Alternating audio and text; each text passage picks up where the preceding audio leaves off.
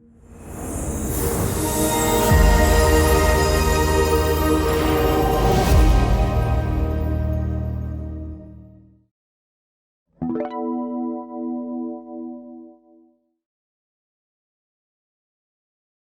본 말씀 이사야 2장 1절에서 11절 말씀입니다.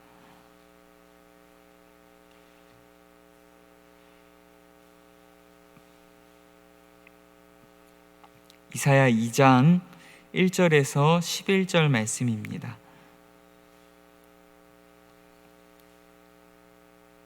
우리 한 절씩 교독하시고 11절 말씀은 합독하겠습니다. 아모스의 아들 이사야가 받은 바 유다와 예루살렘에 관한 말씀이라.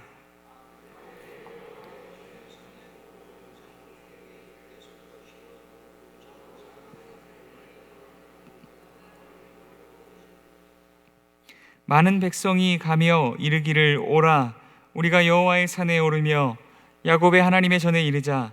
그가 그의 길을 우리에게 가르치실 것이라.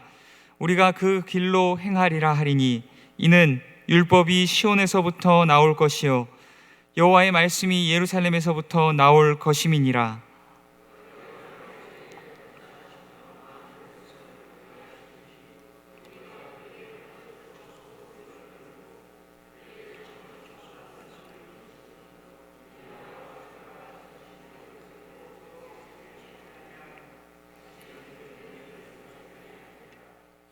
야곱 족속아 오라, 우리가 여호와의 빛에 행하자.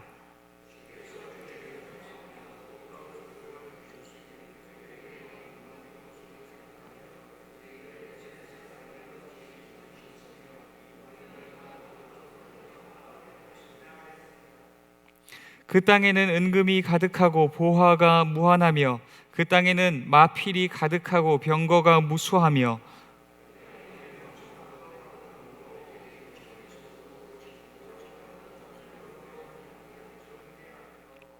천한 자도 절하며 귀한 자도 굴복하오니 그들을 용서하지 마옵소서.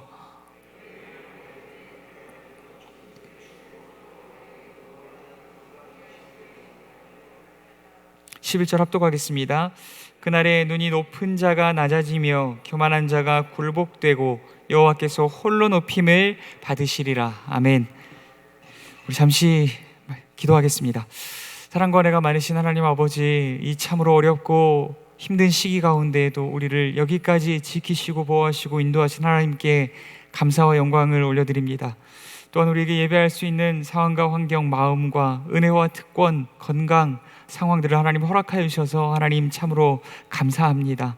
하나님, 우리가 주님 부르신 그곳에서 주님을 예배할 때에 주의 말씀으로 우리를 다스려 주옵소서. 하나님, 우리를 침노하고 침범하려는 세상의 어떤 걱정과 염려들, 하나님 근심과 낙심과 불안과 두려움의 마음들이 하나님 우리를 다스리지 못하게 하시고 오직 주의 말씀이 우리를 다스리실 때 하늘의 위로와 평강과 하나님 용기와 희망과 소망을 품을 수 있도록 주님 우리를 도우시고 인도하여 주시옵소서. 이때에 하나님 이 시간에 이사야를 통하여서 우리에게 주신 말씀 나눌 때에 하나님 심판의 말씀들이 우리의 마음판에 새겨지며 하나님 우리의 마음을 낮추고 겸손히 여호와께로 돌이키는 계기가 되게 하여 주옵소서. 하나님 또한 구원의 말씀을 우리의 마음판에 새기며 하나님께서 이 절망의 때에서 우리를 구원하시고 우리가 하나님의 나라에 이를 것임을 하나님 확신함으로 하나님 이 절망으로 가득한 세상 가운데에서 소망을 품고 살아가는 하나님의 백성들 될 수 있도록 우리를 도우시고 인도하여 주시옵소서.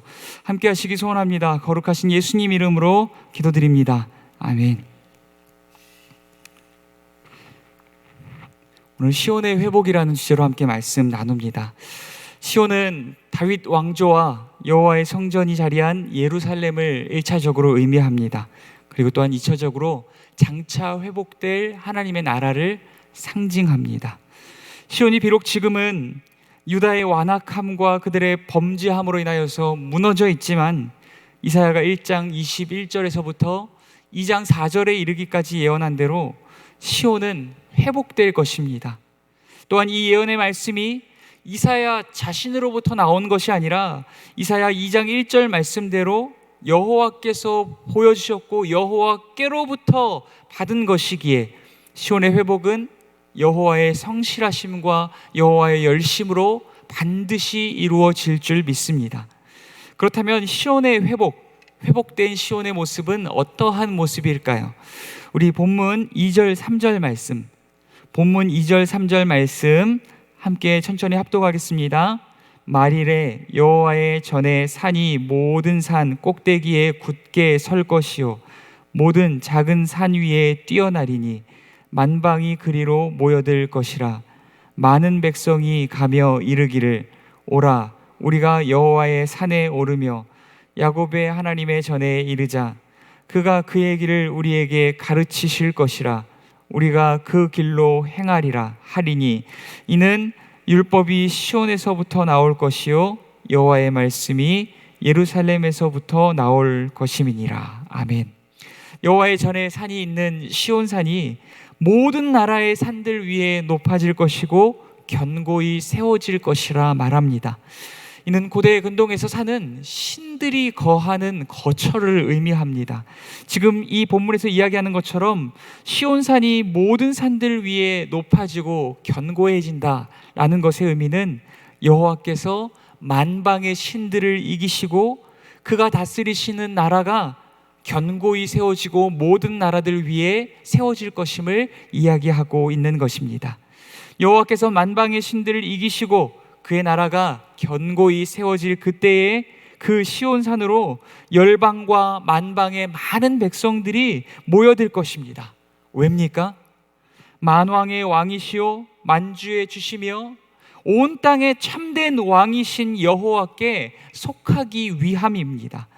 그 여호와의 율법과 여호와의 말씀이 시온으로부터 나올 것이며 시온에서 여호와께서 모든 백성들에게 여호와의 길을 가르칠 것이기 때문입니다. 하나님께서 창세기 12장 3절을 통하여서 아브라함에게 말씀하셨습니다. 땅의 모든 족속이 너로 말미암아 복을 얻을 것이라.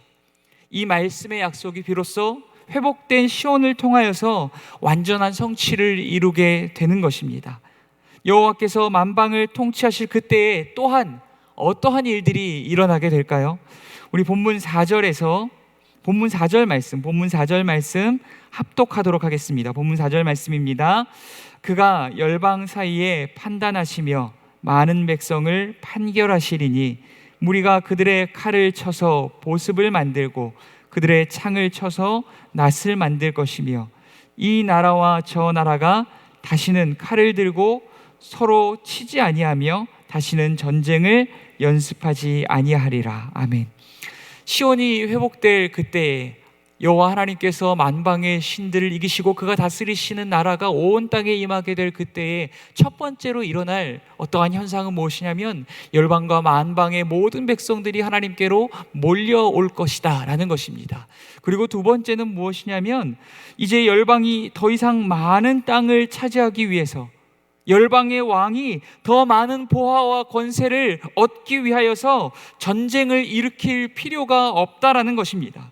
여호와께서 열방과 만방의 유일한 통치자시며 유일한 재판장이 되실 것이기 때문입니다.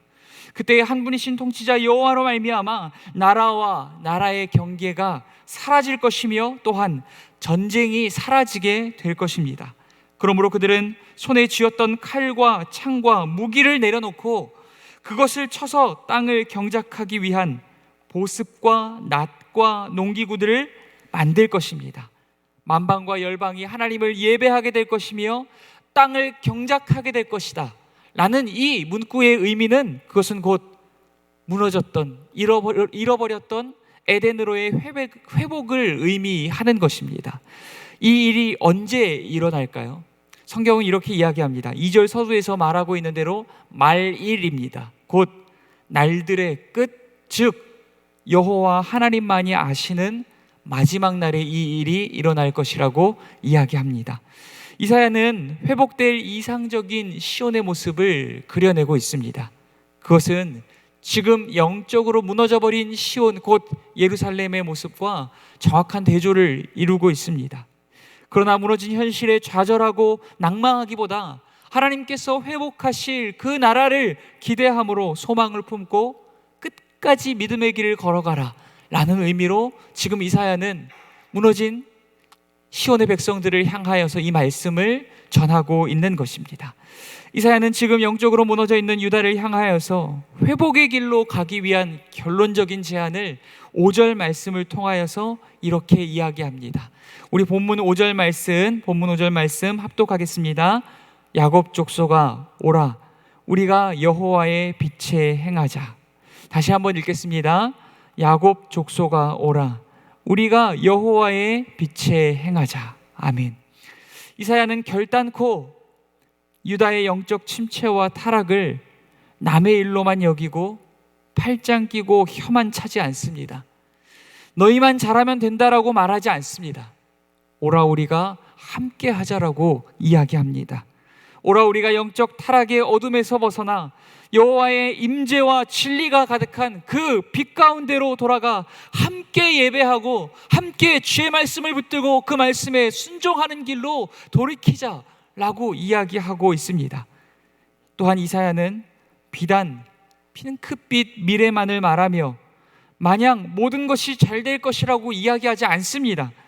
그들의 현실이 어떻게 핏빛이고 잿빛이며 또한 어떻게 무너져 있는지 지적하고 고발하고 있습니다. 그들이 자신들의 현 주소를 깨닫고 속히 여호와께로 돌아오게 하기 위함입니다. 우리 6절에서 9절까지, 본문 6절에서 9절까지 본 말씀 함께 천천히 합독하도록 하겠습니다. 6절에서 9절까지입니다. 주께서 주의 백성 야곱 족속을 버리셨음은 그들에게 동방 풍속이 가득하며 그들이 블레셋 사람들 같이 점을 치며 이방인과 더불어 손을 잡아 언약하였음이라. 그 땅에는 은금이 가득하고 보화가 무한하며 그 땅에는 마필이 가득하고 병거가 무수하며 그 땅에는 우상도 가득하므로 그들이 자기 손으로 짓고 자기 손가락으로 만든 것을 경배하여 천한 자도 절하며 귀한 자도 굴복하오니 그들을 용서하지 마옵소서. 아멘. 6절에서 9절 말씀에 보면 그들의 무너져버린 영적인 일상, 그들의 영적인 현 주소 상태를 고발하고 있습니다. 그러면서 지금 마지막 절에 보면은 그들을 용서하지 마옵소서라는 이해하기 힘든, 선지자로서 이해하기 힘든 말을 지금 이사야가 내뱉고 있습니다. 그러나 이 말씀은 어떻게 이해하냐면 하나님께서 그들을 용서하지 않으실 것입니다.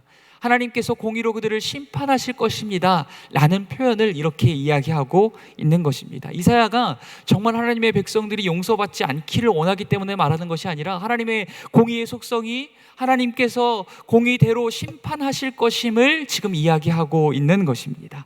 우리 말씀으로 다시 돌아오겠습니다. 유다는 이방인들처럼 우상을 숭배하고 이방인들의 음란하고 더러운 문화와 풍속을 즐겼습니다. 그리고 이방인들처럼 점을 치고 나아가 이방인들과 더불어 언약까지 맺었습니다. 유다는 더 이상 여호와 하나님을 의지하지 않고 이방인들처럼 은금과 보화와 말과 병거와 군대의 힘을 의지하였습니다. 유다에게 더 이상 하나님의 백성 됨의 모습을 어디에서도 발견할 수 없습니다. 그들은 이미 이방인화 되었고 그 결과 하나님께서 하나님의 백성다움을 잃어버린 야곱의 족속을 버리신 것입니다. 하나님께 버림받는다는 것은 과연 무엇일까요? 어떠한 의미일까요? 과연 귀찮고 까다로운 하나님의 통제와 간섭으로부터 자유를 얻게 되는 것일까요? 결단코 아닙니다. 피할 수 없는 여호와의 두려운 심판이 그들 앞에 기다리고 있습니다. 우리 본문 10절에서 11절 말씀, 본문 10절에서 11절 말씀 합독하겠습니다. 너희는 바위 틈에 들어가며 진토에 숨어 여호와의 위엄과 그 광대하심의 영광을 피하라. 그날에 눈이 높은 자가 낮아지며 교만한 자가 굴복되고 여호와께서 홀로 높임을 받으시리라. 아멘. 마지막 날, 곧 여호와의 날에 여호와께서 당신의 위엄과 영광을 온 세상 가운데 나타내실 것입니다. 그때 오로지 여호와 하나님 한 분만이 홀로 높임을 받게 될 줄 믿습니다. 또한 그날에 우상을 섬기며 세상을 의지하던 자들은 그들이 의지하던 것들에 숨어 들어가야 할 것입니다. 그러나 세상의 그 어디도 여호와의 위엄과 그 영광과 여호와의 심판으로부터 피할 수 있는 곳은 없는 줄 믿습니다. 설령 그가 죽어서 진토 가운데 묻혀 진토로 돌아가 버렸다 할지라도 여호와의 심판을 피할 수 없는 줄 믿습니다. 세상은 죽음으로 그 죄값이 다 치루어졌다라고 생각합니다. 그러나 우리는 죽음 이후에 여호와의 심판을 받게 될 것이고 그리스도의 심판대 앞에 서게 될 것이며 그 후에 영원한 상급, 영원한 하나님의 나라와 영원한 처벌과 심판, 영원한 지옥이 우리 앞에 기다리고 있다는 사실을 우리는 분명히 알고 있습니다. 설령 죽어서 진토로 돌아간다 할지라도 여호와의 심판을 피할 수 없을 것입니다. 그들이 의지하던 모든 것들, 곧 모든 우상은 온전히 사라질 것이며 높은 망대와 견고한 성벽들은 무너져 내릴 것입니다.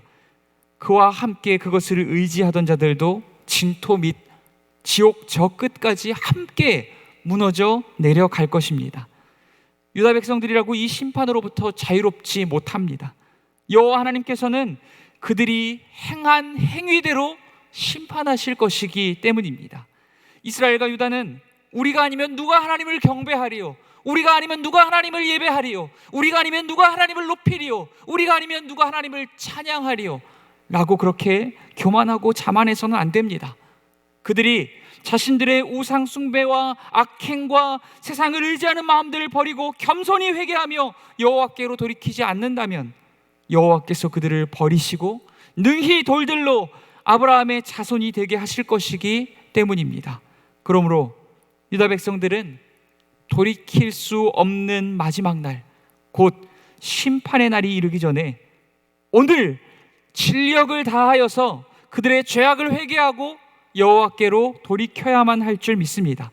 그것이 그들이 살 수 있는 유일한 길이며 그것이 시온의 회복을 위한 첫걸음인 줄 믿습니다.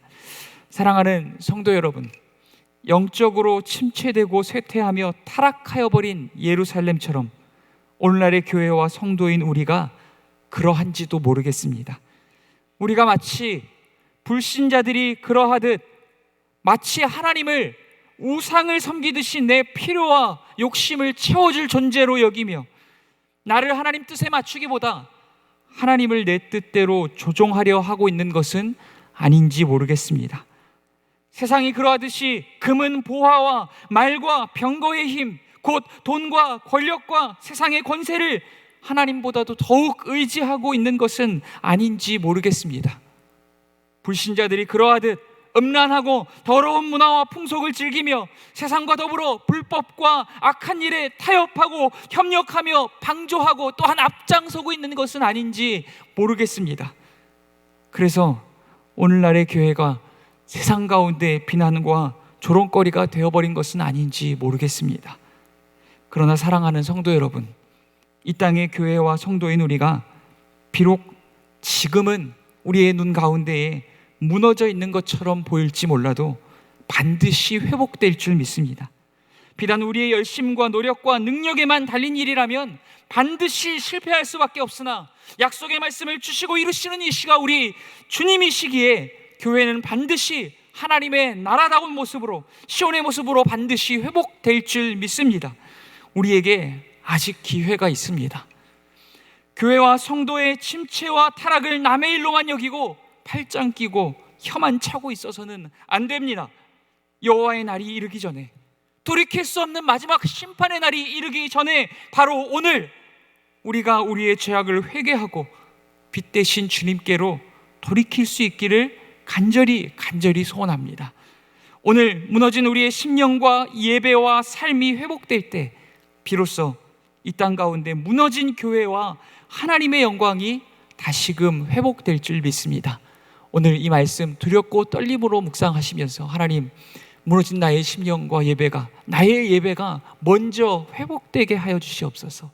내가 여호와께로 예배하는 삶으로 돌이키고 주의 말씀 붙들고 살아가며 주의 말씀에 순종하는 길로 돌이키게 하옵소서. 나의 회복을 통하여서 나의 공동체가 회복되게 하시고 우리의 공동체가 회복될 때에 이 나라가 하나님의 나라로 회복되어질 수 있도록 하나님, 나로부터 그 회복이 시작되게 하여 주시옵소서. 이 말씀 묵상하시면서 함께 기도하겠습니다.